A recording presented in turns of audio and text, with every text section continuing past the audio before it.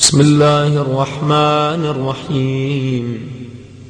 اللهم صل على محمد وآل محمد.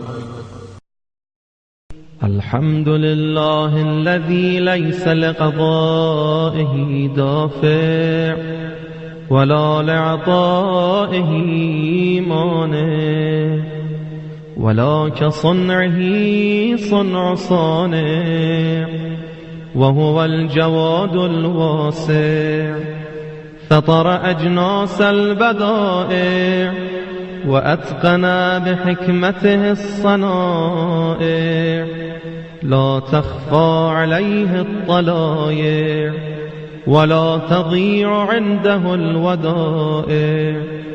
جازي كل صانع ورايش كل قانع، وراحم كل ضارع، ومنزل المنافع والكتاب الجامع بالنور الساطع. وهو للدعوات سامع وللكربات دافع، وللدرجات رافع، وللجبابرة قامع.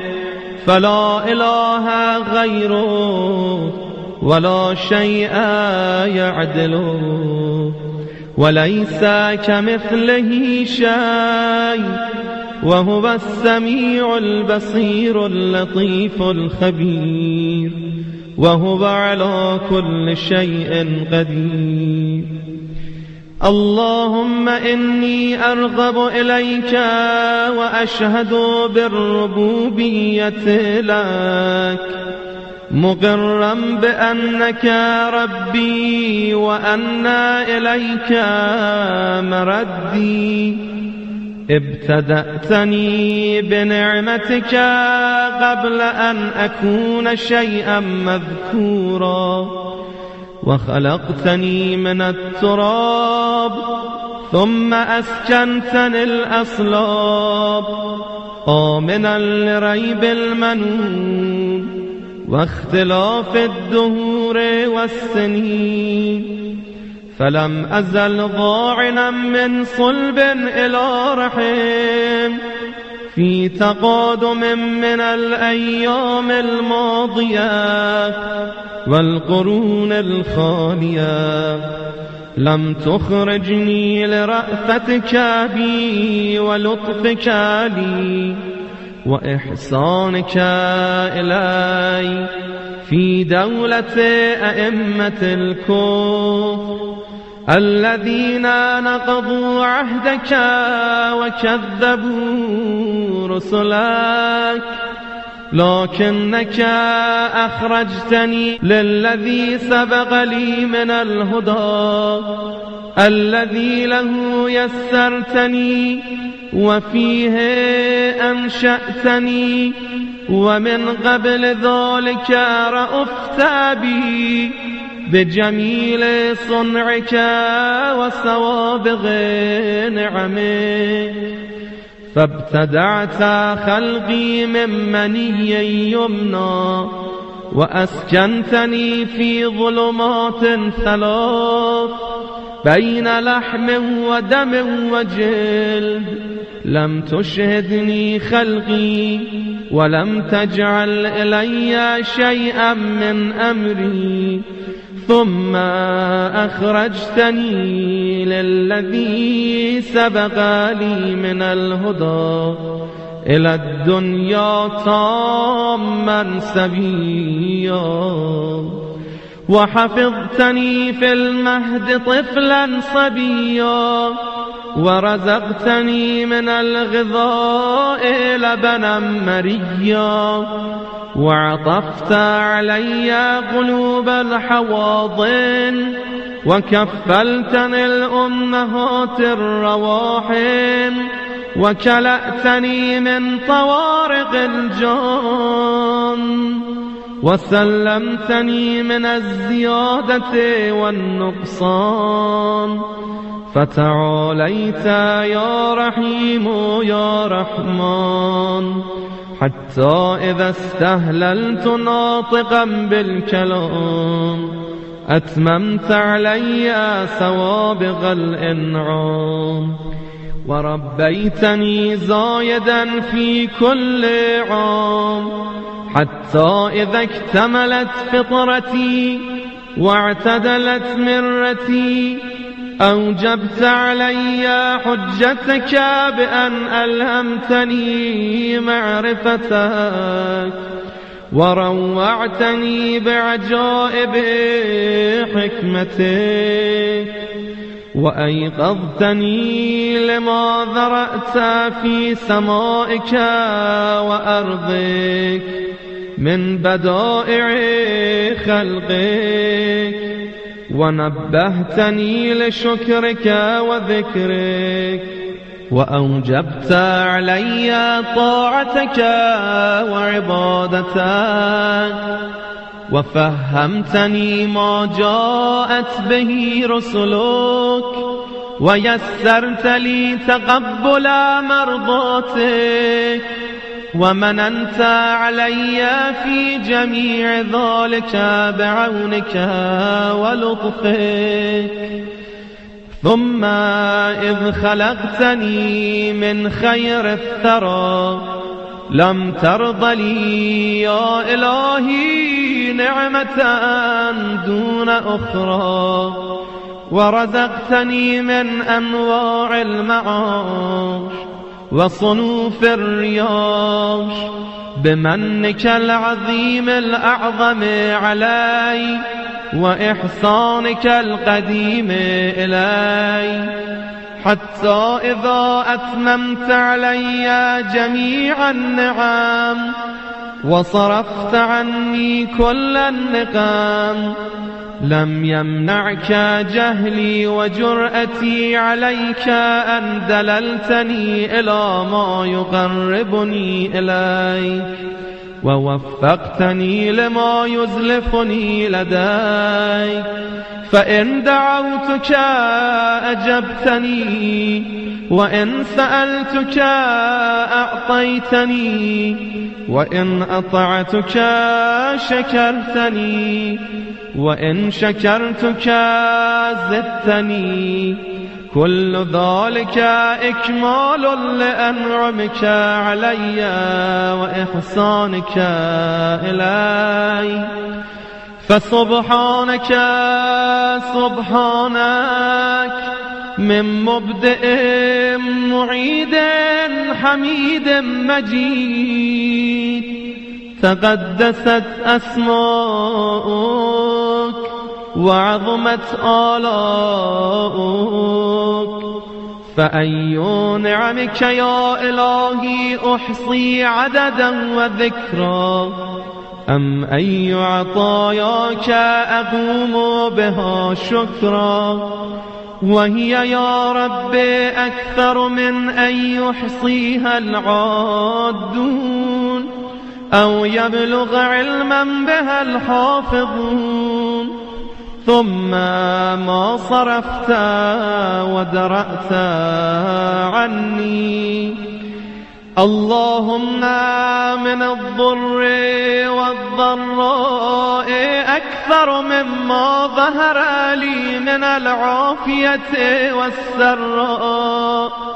وأنا أشهد يا إلهي بحقيقة إيماني وعقد عزمات يقيني وخالص صريح توحيدي وباطن مكنون ضميري وعلائق مجاري نور بصري وأسارير صفحة جبيني وخرق مسارب نفسي وخضاريف مارن عرنيني ومسارب سماخ سمعي وما ضمت وأطبقت عليه شفتاي وحركات لفظ لساني ومغرز حنك فمي وفكي ومنابت أضراسي ومساغ مطعمي ومشربي وحمالة أم رأسي وبلوع فارغ حبائل عنقي وما اشتمل عليه تامور صدري وحمائل حبل وتيني ونياط حجاب قلبي وأفلاذ حواشي كبدي وما حوته شراسيف أضلاعي وحقاق مفاصلي وقبض عواملي وأطراف أناملي ولحمي ودمي وشعري وبشري وعصبي وقصبي وعظامي ومخي وعروقي وجميع جوارحي ومن تسجى على ذلك أيام رضاعي وما أقلت الأرض مني ونومي ويقظتي وسكوني وحركات ركوعي وسجودي.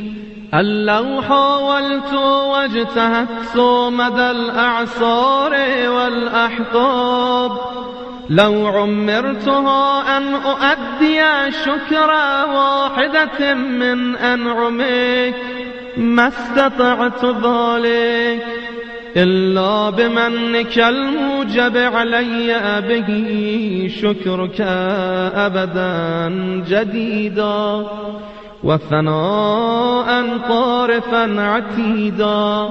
أجل ولو حرصت أنا والعادون من أنامك أن نحصي مدى إنعامك صالفه وآنفه ما حصرناه عددا ولا أحصيناه أمدا.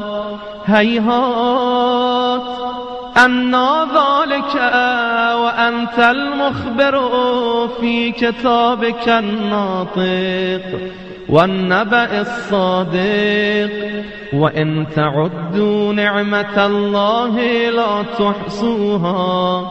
صدق كتابك اللهم وإنباؤك وبلغت أنبياؤك ورسلك ما أنزلت عليهم من وحيك وشرعت لهم وبهم من دينك غير أني يا إلهي أشهد بجهدي وجدي ومبلغ طاعتي ووسعي وأقول مؤمنا موقنا الحمد لله الذي لم يتخذ ولدا فيكون موروثا ولم يكن له شريك في ملكه فيضاده فيما ابتدع ولا ولي من الذل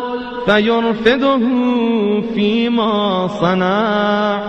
فسبحانه سبحانه لو كان فيهما آلهة إلا الله لفسدتا وتفطرتا. سبحان الله الواحد الأحد الصمد الذي لم يلد ولم يولد ولم يكن له كفوا أحد. الحمد لله حمدا يعادل حمد ملائكته المقربين وأنبيائه المرسلين. وصلى الله على خيرته محمد خاتم النبيين وآله الطيبين الطاهرين المخلصين وسلم.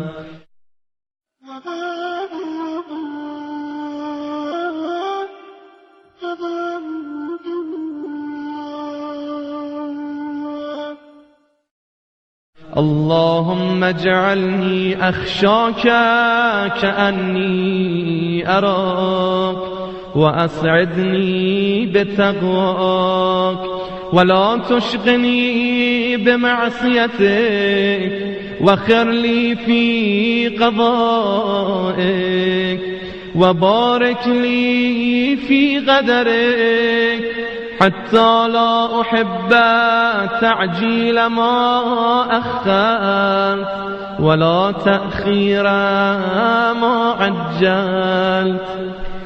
اللهم اجعل غنايا في نفسي واليقين في قلبي والإخلاص في عملي والنور في بصري والبصيرة في ديني ومتعني بجوارحي واجعل سمعي وبصري الوارثين مني وانصرني على من ظلمني وأرني فيه ثاري ومآربي وأقر بذلك عيني. اللهم اكشف كربتي واستر عورتي واغفر لي خطيئتي واخسأ شيطاني وفك رهاني واجعل لي يا إله الدرجة العليا في الآخرة والأولى. اللهم لك الحمد كما خلقتني فجعلتني سميعا بصيرا ولك الحمد كما خلقتني فجعلتني خلقا سويا رحمة بي وقد كنت عن خلقي غنيا. رب بما برأتني فعدلت فطرتي رب بما أنشأتني فأحسنت صورتي رب بما أحسنت إلي وفي نفسي عافيتني رب بما كلأتني ووفقتني رب بما أنعمت علي فهديتني رب بما أوليتني ومن كل خير أعطيتني رب بما أطعمتني وسقيتني رب بما أغنيتني وأقنيتني رب بما أعنتني وأعززتني رب بما ألبستني من سترك الصافي ويسرت لي من صنعك الكافي. صل على محمد وآل محمد وأعني على بوائق الدهور وصروف الليالي والأيام ونجني من أهوال الدنيا وكربات الآخرة واكفني شر ما يعمل الظالمون في الأرض.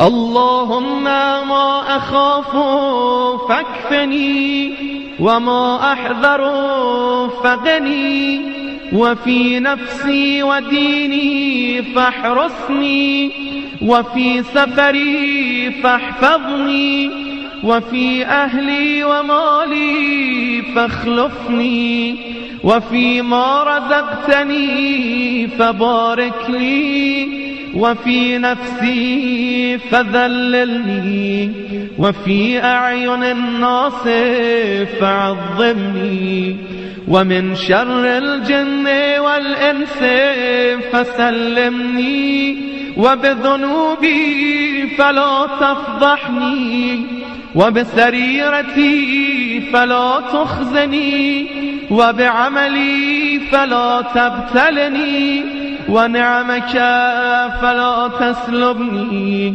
وإلى غيرك فلا تكلني.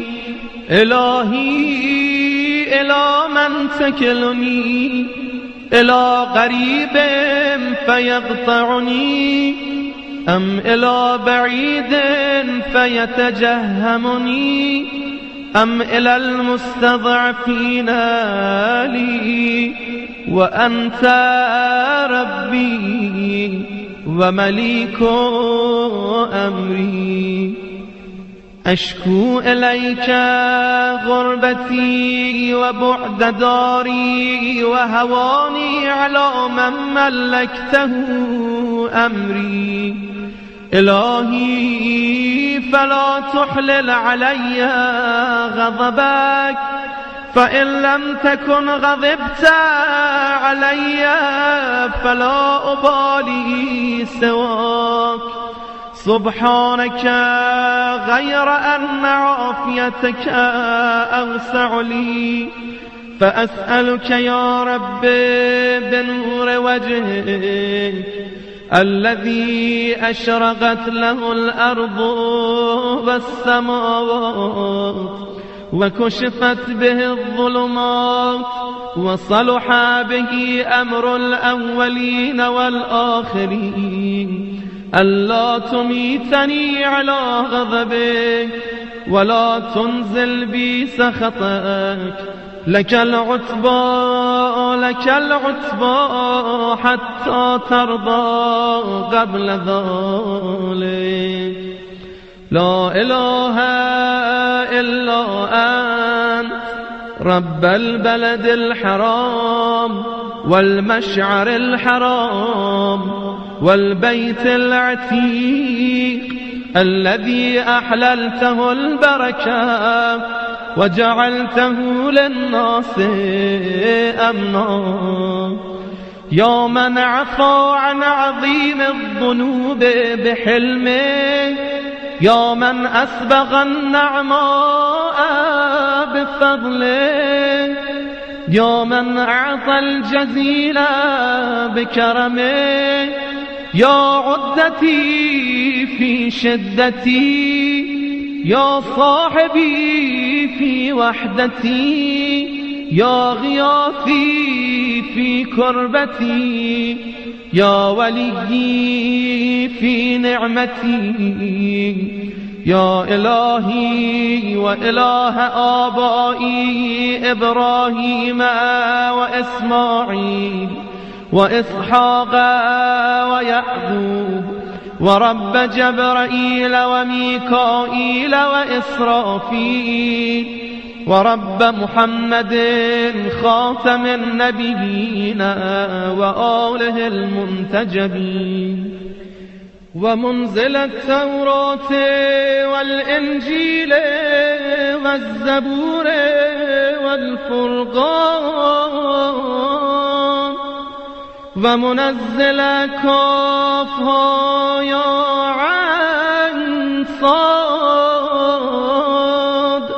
وطه وياسين والقرآن الحكيم. أنت كهفي حين تعين المذاهب في سعتها وتضيق بي الأرض برحبها، ولولا رحمتك لكنت من الهالكين، وأنت مغيل عثرتي، ولولا سترك إياي لكنت من المفضوحين، وأنت مؤيدي بالنصر على أعدائي، ولولا نصرك إياي لكنت من المغلوبين. يا من خص نفسه بالسمو والرفعة، فأولياؤه بعزه يعتزون. يا من جعلت له الملوك نير المذلة على أعناقهم، فهم من سطواته خائفون. يعلم خائنة الأعين وما تخفي الصدور وغيب ما تأتي به الأزمنة والدهور يا من لا يعلم كيف هو إلا هو يا من لا يعلم ما هو إلا هو يا من لا يعلمه إلا هو يا من كبس الأرض على الماء وسد الهواء بالسماء يا من له أكرم الأسماء يا ذا المعروف الذي لا ينقطع أبدا يا مقيض الركب ليوسف في البلد القاف ومخرجه من الجوب وجاعله بعد العبودية ملكا يا راده على يعقوب بعد أن ابيضت عيناه من الحزن وهو كظيم يا كاشف الضر والبلوى عن أيوب وممسك يدي إبراهيم عن ذبح ابنه بعد كبر سنه وفناء عمره يا من استجاب لزكريا فوهب له يحيى ولم يدعه فردا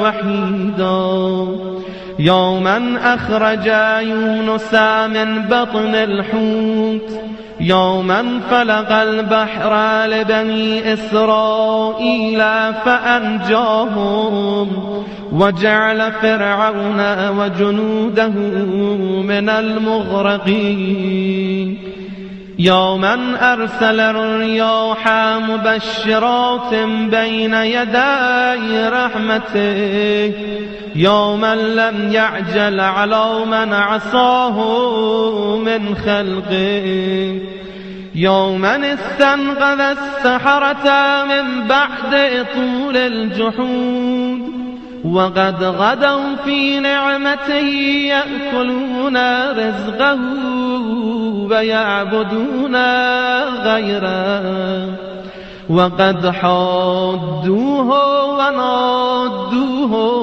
وكذبوا رسله يا الله يا الله يا بديع يا بديع لا ند لك يا دائما لا نفاد لك يا حيا حين لا حي يا محيي الموتى يا من هو قائم على كل نفس بما كسبت يا من قل له شكري فلم يحرمني وعظمت خطيئتي فلم يفضحني ورآني على المعاصي فلم يشهرني يا من حفظني في صغري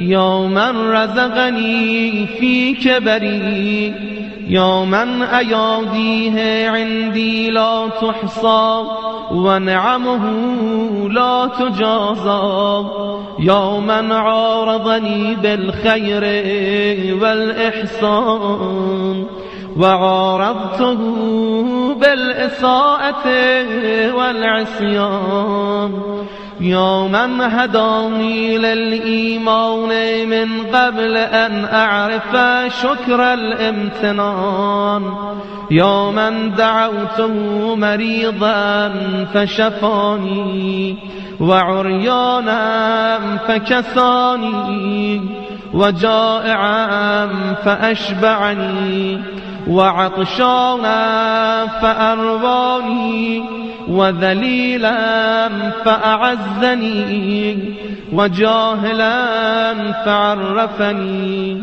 ووحيدا فكثرني وغائبا فردني ومقلا فأغناني ومنتصرا فنصرني وغنيا فلم يسلبني وأمسكت عن جميع ذلك فابتدأني فلك الحمد والشكر يا من أقال عثرتي ونفس كربتي وأجاب دعوتي وستر عورتي وغفر ذنوبي وبلغني طلبتي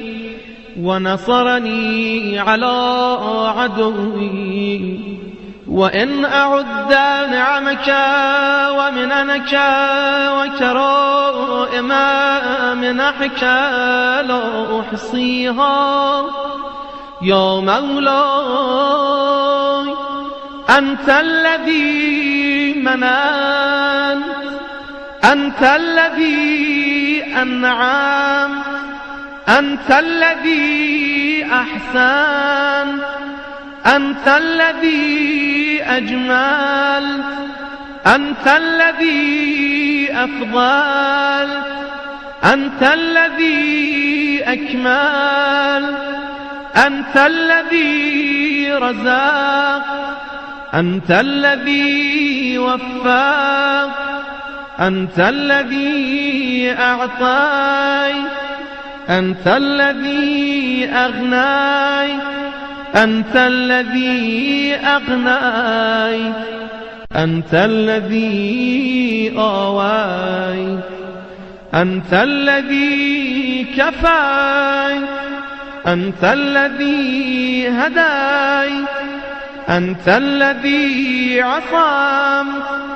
أنت الذي سترت أنت الذي غفرت أنت الذي أغنت أنت الذي مكنت أنت الذي أعززت أنت الذي أعانت أنت الذي عضدت أنت الذي أيدت أنت الذي نصرت أنت الذي شفيت أنت الذي عافيت أنت الذي أكرمت تباركت وتعالى فلك الحمد دائما ولك الشكر واصبا أبدا ثم أنا يا إلهي المعترف بذنوبي فاغفرها لي أنا الذي أساء أنا الذي أخطأ أنا الذي هممت أنا الذي جهلت أنا الذي غفلت أنا الذي سهوت أنا الذي اعتمدت أنا الذي تعمدت أنا الذي وعدت وأنا الذي أخلفت أنا الذي نكثت أنا الذي أغرقت أنا الذي اعترفت بنعمتك علي وعندي وأبوء بذنوبي فاغفرها لي يا من لا تضره ذنوب عباده وهو الغني عن طاعتهم والموفق من عمل صالحا منهم بمعونته ورحمته. فلك الحمد إلهي وسيدي، إلهي أمرتني فعصيت، ونهيتني فارتكبت نهيك، فأصبحت لا ذا براءة لي فأعتذر، ولا ذا قوة فأنتصر. فبأي شيء أستقبلك يا مولاي؟ أبسمعي أم ببصري أم بلساني أم بيدي أم برجلي؟ أليس كلها نعمك عندي وبكلها عصيت؟ يا مولاي فلك الحجة والسبيل علي، يا من سترني من الآباء والأمهات أن يزجروني، ومن العشائر والإخوان أن يعيروني، ومن السلاطين أن يعاقبوني. ولو اطلعوا يا مولاي على ما اطلعت عليه مني إذا ما أنظروني ولرفضوني وقطعوني. فها أنا ذا يا إلهي بين يديك يا سيدي، خاضع ذليل حصير حقير، لا ذو براءة فأعتذر، ولا ذو قوة فأنتصر، ولا حجة فأحتج بها، ولا قائل لم أجترح، ولم أعمل سوءا وما عسى الجحود. ولو جحدت يا مولاي ينفعني كيف، وأنى ذلك وجوارحي كلها شاهدة علي بما قد عملت، وعلمت يقينا غير ذي شك أنك سائلي من عظائم الأمور، وأنك الحكم العادل الذي لا تجور، وعدلك مهلكي، ومن كل عدلك مهربي. فإن تعذبني يا إلهي فبذنوبي بعد حجتك علي، وإن تعفو عني فبحلمك وجودك وكرمك. لا إله إلا أنت سبحانك إني كنت من الظالمين. لا إله إلا أنت سبحانك إني كنت من المستغفرين. لا إله إلا أنت سبحانك إني كنت من الموحدين. لا إله إلا أنت سبحانك إني كنت من الخائفين. لا إله إلا أنت سبحانك إني كنت من الوجلين.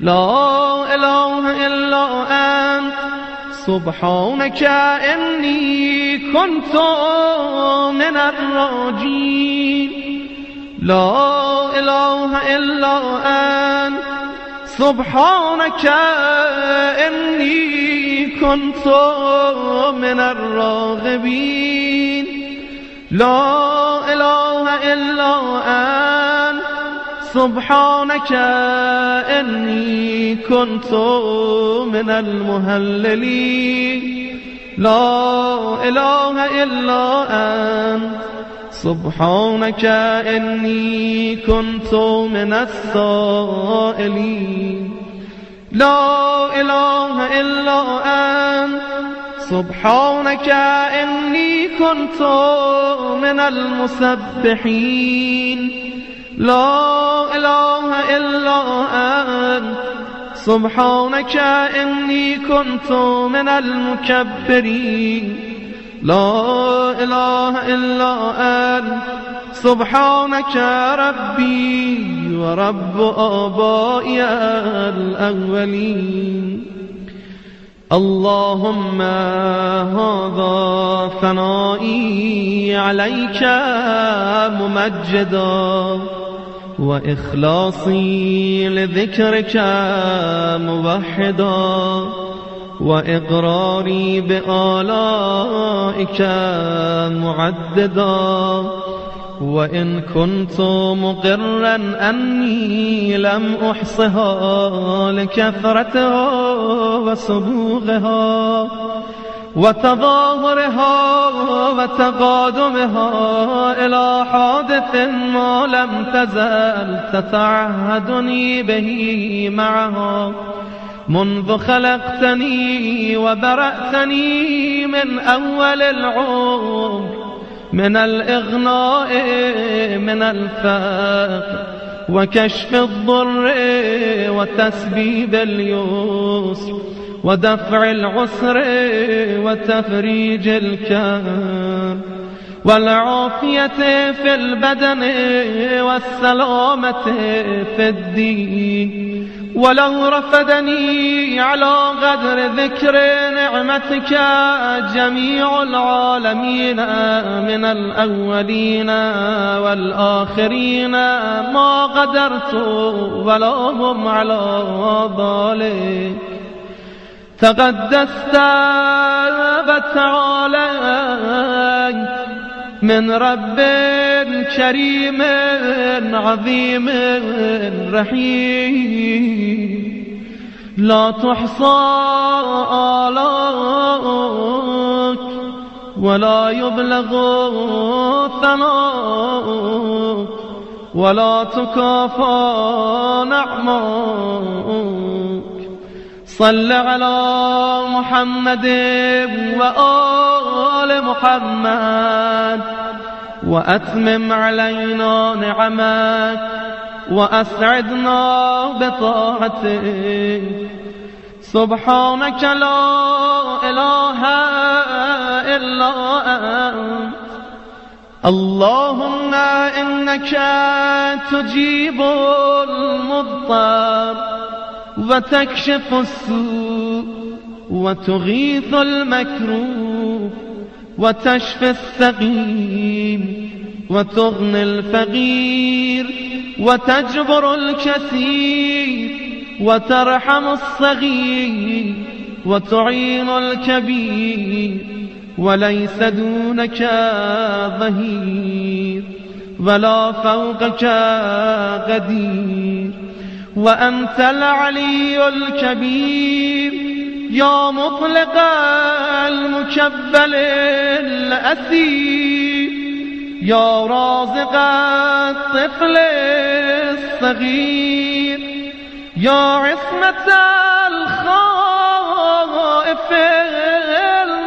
المستجير يا من لا شريك له ولا وزير صل على محمد وآل محمد وأعطني في هذه العشية أفضل ما أعطيت وأنلت أحدا من عبادك من نعمة توليها وآلاء تجددها وبلية تصرفها وكربة تكشفها ودعوة تسمعها وحسنة تتقبلها وسيئة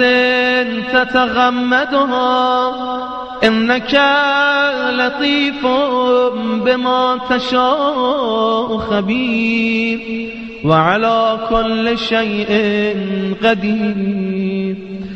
اللهم إنك أقرب من دعي وأسرع من أجاب وأكرم من عفا وأوسع من أعطى وأسمع من سئل يا رحمن الدنيا والآخرة ورحيمهما ليس كمثلك مسؤول ولا سواك مأمون. دعوتك فأجبتني وسألتك فأعطيتني ورغبت إليك فرحمتني ووثقت بك فنجيتني وفزعت إليك فكفيتني. اللهم فصل على محمد عبدك ورسولك ونبيك وعلى آله الطيبين الطاهرين أجمعين وتمم لنا نعماءك وهنئنا عطاءك واكتبنا لك الشاكرين ولآلائك ذاكرين. آمين آمين رب العالمين. اللهم يا من ملك فقدر وقدر فقهر وعصي فستر واستغفر فغفر يا غاية الطالبين الراغبين ومنتهى أمل الراجين يا من أحاط بكل شيء علما ووسع المستقيلين رأفة ورحمة وحلما. اللهم إنا نتوجه إليك في هذه العشية التي شرفتها وعظمتها بمحمد نبيك ورسولك وخيرتك من خلقك وأمينك على وحيك البشير النذير السراج المنير الذي أنعمت به على المسلمين وجعلته رحمة للعالمين. اللهم فصل على محمد وآل محمد كما محمد أهل لذلك منك يا عظيم.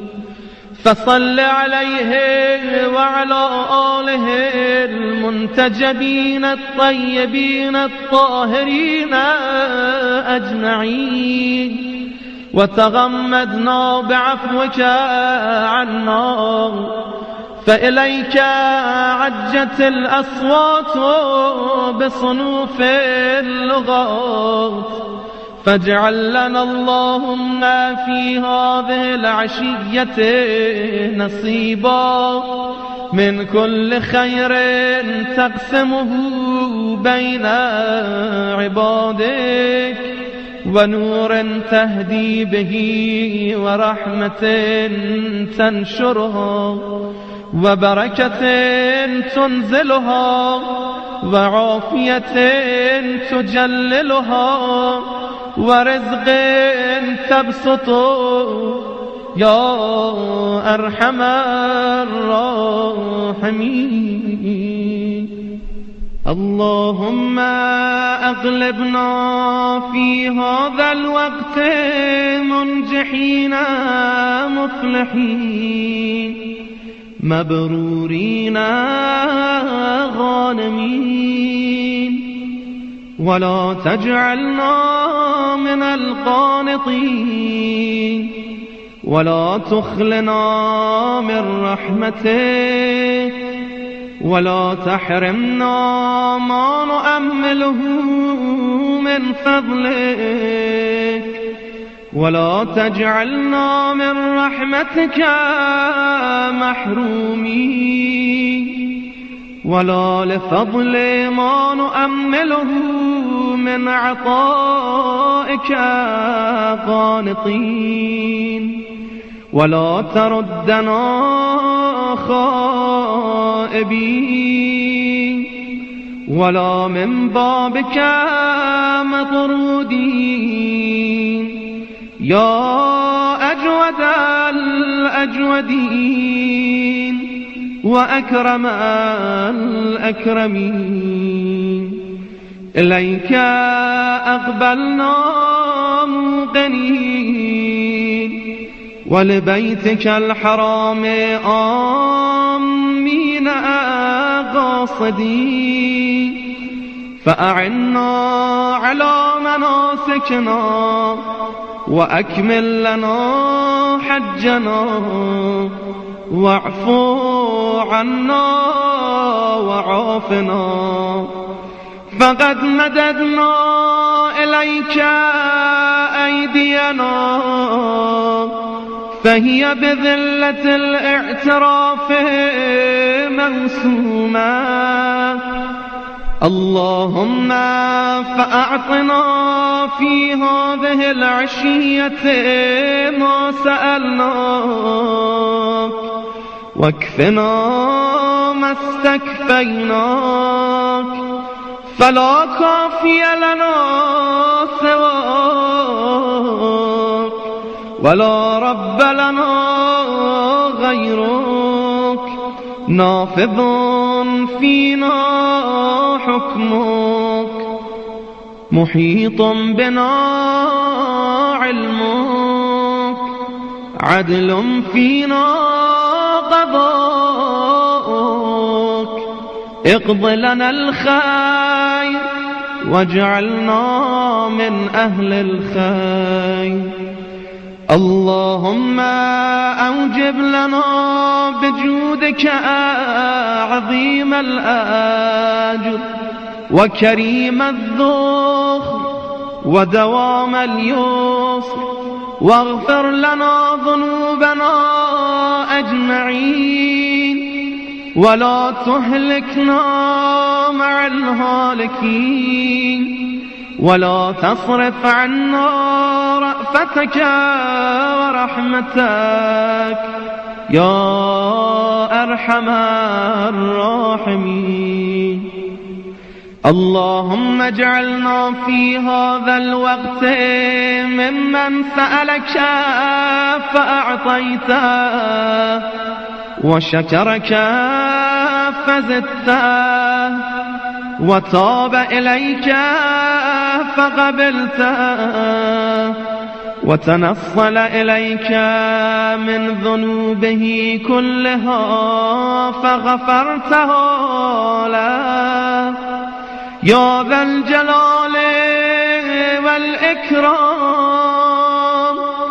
اللهم ووفقنا وسددنا، واقبل تضرعنا، يا خير من سئل ويا أرحم من استرحم، يا من لا يخفى عليه إغماض الجفون ولا لحظ العيون ولا ما استقر في المكنون، ولا من طوت عليه مضمرات القلوب. ألا كل ذلك قد أحصاه علمك ووسعه حلمك. سبحانك وتعالى عما يقول الظالمون علوا كبيرا.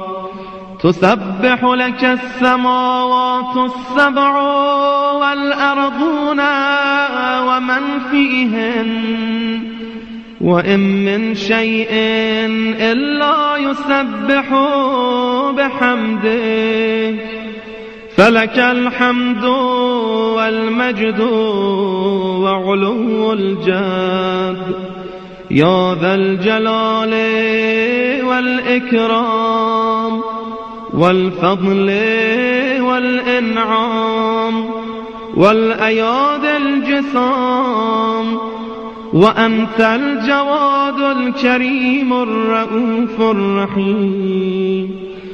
اللهم أوسع علي من رزقك الحلال، وعافني في بدني وديني، وآمن خوفي وأعتق رقبتي من النار. اللهم لا تمكر بي ولا تستدرجني ولا تخدعني، وادرأ عني شر فسقة الجن والإنس.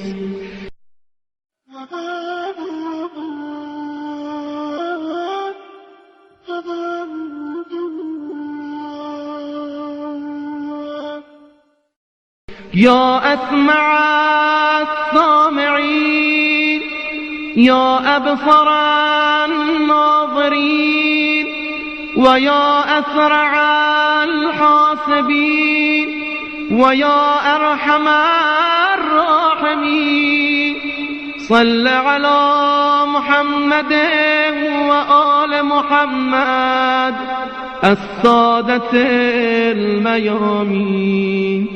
وأسألك اللهم حاجتي التي إن أعطيتنيها لم يضرني ما منعتني، وإن منعتنيها لم ينفعني ما أعطيتني. أسألك فكاك رغبتي من النار، لا إله إلا أنت وحدك لا شريك لك، لك الملك ولك الحمد، وأنت على كل شيء قدير. يا رب يا رب.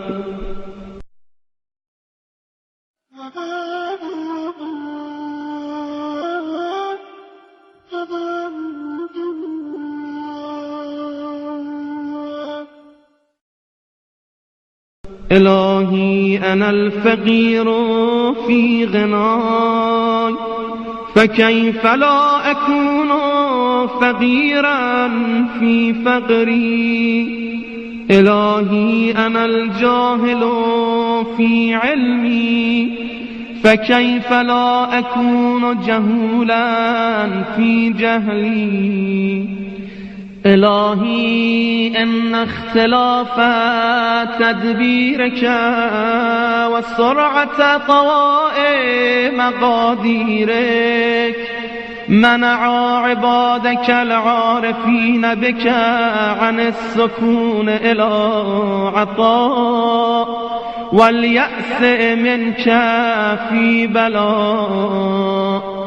إلهي مني ما يليق بلؤمي، ومنك ما يليق بكرمك. إلهي وصفت نفسك باللطف والرأفة لي قبل وجود ضعفي، أفتمنعني منهما بعد وجود ضعفي؟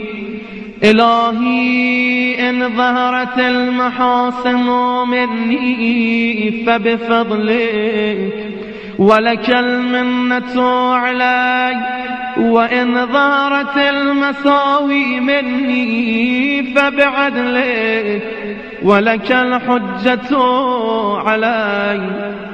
إلهي كيف تكلني وقد تكفلت لي، وكيف أضام وأنت الناصر لي؟ أم كيف أخيب وأنت الحفي بي؟ ها أنا أتوسل إليك بفقري إليك، وكيف أتوسل إليك بما هو محال أن يصل إليك؟ أم كيف أشكو إليك حالي وهو لا يخفى علي؟ أم كيف أترجم بمقالي وهو منك برز إلي؟ أم كيف تخيب آمالي وهي قد وفدت إلي؟ أم كيف لا تحسن أحوالي وبك قامت؟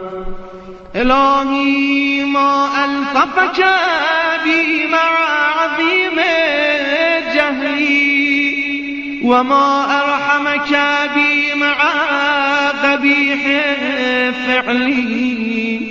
إلهي ما أقربك مني وأبعدني عنك، وما أرأفك بي فما الذي يحجبني عنك؟ إلهي علمت باختلاف الآثار وتنقلات الأطوار أن مرادك مني أن تتعرف إلي في كل شيء، حتى لا أجهلك في شيء. إلهي كلما أخرسني لؤمي أنطقني كرمك، وكلما آيستني أنصافي أطمعتني مننك. إلهي من كانت محاسنه مساويه فكيف لا تكون مساويه مساوي؟ ومن كانت حقائقه دعاوي فكيف لا تكون دعاويه دعاوي؟ إلهي حكمك النافذ ومشيتك القاهرة لم يتركا لذي مقال مقالا، ولا لذي حال حالا. إلهي كم من طاعة بنيتها وحالة شيدتها هدم اعتمادي عليها عدل، بل أقالني منها فضلك.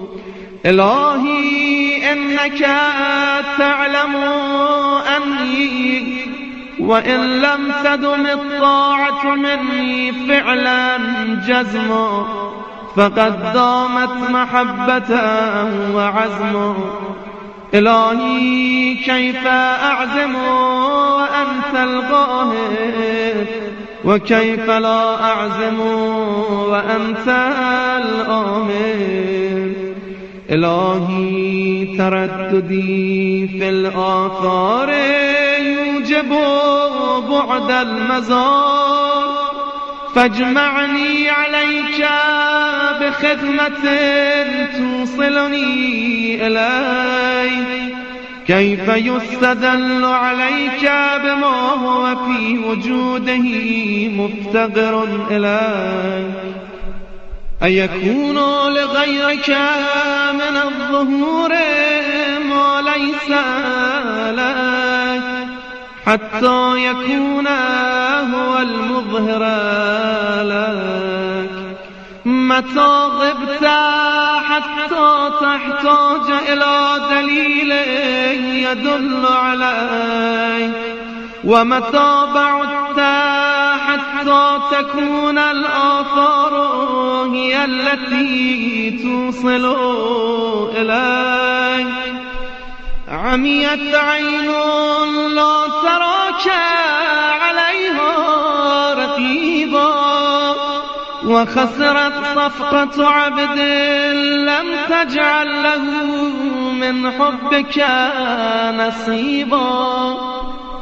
إلهي أمرت بالرجوع إلى الآثار، فأرجعني إليك بكسوة الأنوار وهداية الاستبصار، حتى أرجع إليك منها كما دخلت إليك منها، مصون السر عن النظر إليها، ومرفوع الهمة عن الاعتماد عليها. إنك على كل شيء قدير. إلهي هذا ظلي ظاهر بين يديك، وهذا حالي لا يخفى عليك. منك أطلب الوصول إليك، وبك أستدل عليك. فاهدني بنورك إليك، وأقمني بصدق العبودية بين يديك. إلهي علمني من علمك المخزون، وصلني بسترك المسون. إلهي حققني بحقائق أهل القرب، واسلك بي مسلك أهل الجذب. إلهي أغنني بتدبيرك لي عن تدبيري، وباختيارك عن اختياري، وأوقفني على مراكز اضطراري. إلهي أخرجني من ذل نفسي، وطهرني من شكي وشركي قبل حلول رمسي. بك أنتصر فانصرني، وعليك أتوكل فلا تكلني، وإياك أسأل فلا تخيبني، وفي فضلك أرغب فلا تحرمني، وبجنابك أنتسب فلا تبعدني، وببابك أقف فلا تطردني. إلهي تقدس رضاك أن يكون له علة منك، فكيف يكون له علة مني؟ إلهي أنت الغني بذاتك أن يصل إليك النفع منه، فكيف لا تكون غنيا عني. إلهي إن القضاء والقدر يمنيني، وإن الهوى بوثائق الشهوة أسرني، فكن أنت النصير لي حتى تنصرني وتبصرني وأغنني بفضلك، حتى أستغني بك عن طلبي.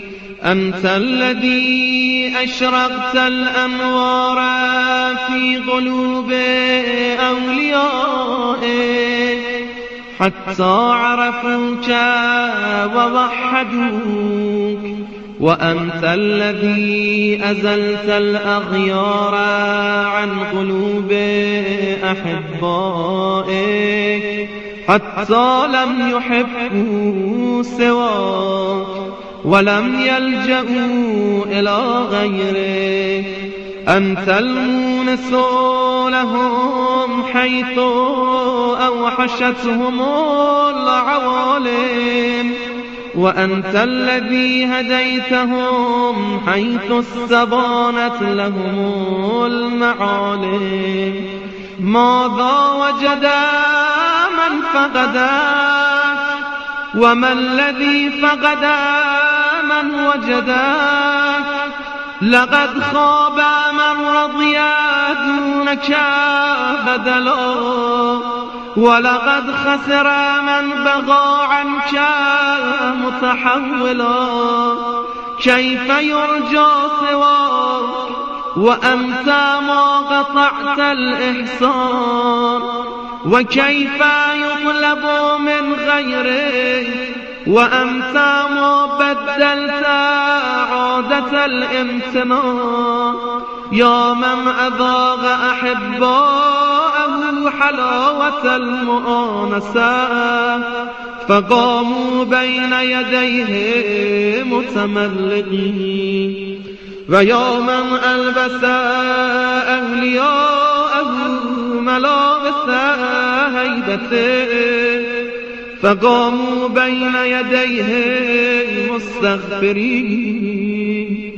أنت الذاكر قبل الذاكرين، وأنت البادي بالإحسان قبل توجه العابدين، وأنت الجواد بالعطاء قبل طلب الطالبين، وأنت الوهاب ثم لما وهبت لنا من المستغرقين. إلهي اطلبني برحمتك حتى أصل إليك، واجذبني بمنك حتى أقبل عليك. إلهي إن رجائي لا ينقطع عنك، وإن عصيتك كما أن خوفي لا يزايلني، وإن أطعتك فقد دفعتني العوالم إليك، وقد أوقعني علمي بكرمك علي. إلهي كيف أخيب وأنت أملي، أم كيف أهان وعليك متكلي.